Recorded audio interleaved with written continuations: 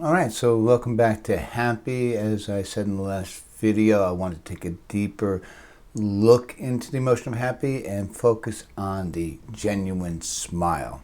Now, if you look at the photo, obviously you know who it is. It's Hillary Clinton.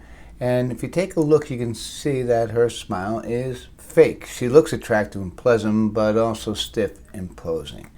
So let me ask you a question. Does your smiling headshot look like hers? And if so, I strongly suggest after you begin working on the emotion of happy, take a new one.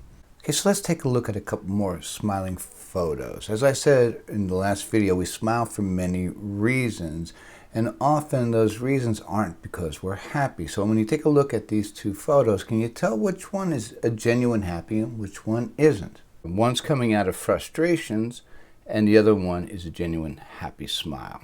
And there's a reason for what you're seeing. As I said earlier, we smile for many reasons, mostly social. Both of these smiles involve the smiling muscle, which is the zygomaticus major, which raises the corners of the lips. The genuine smile you see on the left side there, it also involves the muscle that's surrounding the eye, the Orbicularis oculi. This smile is also known as Duchenne smile, and it's named after the French neurologist. See, here's the thing. When we experience a genuine happy feeling, the Orbicularis oculi contracts. This muscle has two parts. The inner part of the muscle tightens the eyelid and the skin directly below the eyes. Contracting of this inner part of the muscle group makes the squinting look you see in the picture on the right here.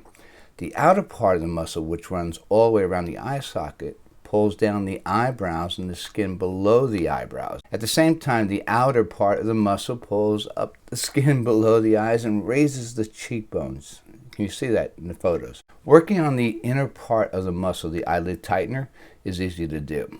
The outer part, which contracts the muscle around the eye socket, well, that's going to be a different story. And as we begin to work on happy, you'll see what I'm talking about.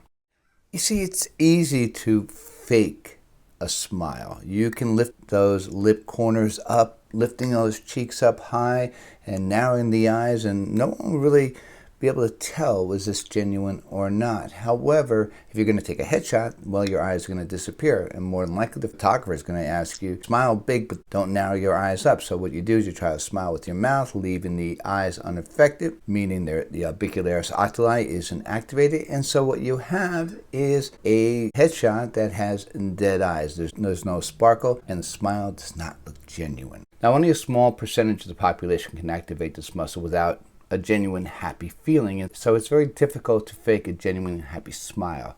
It's even harder to generate a genuine smile under any type of stress or through negative feelings. However, learning how to create it is your ticket to a successful smiling headshot. It's the engagement of the outer part of the muscle that makes your smiling headshot pop and look genuine, and it also is what puts the sparkle in your eyes.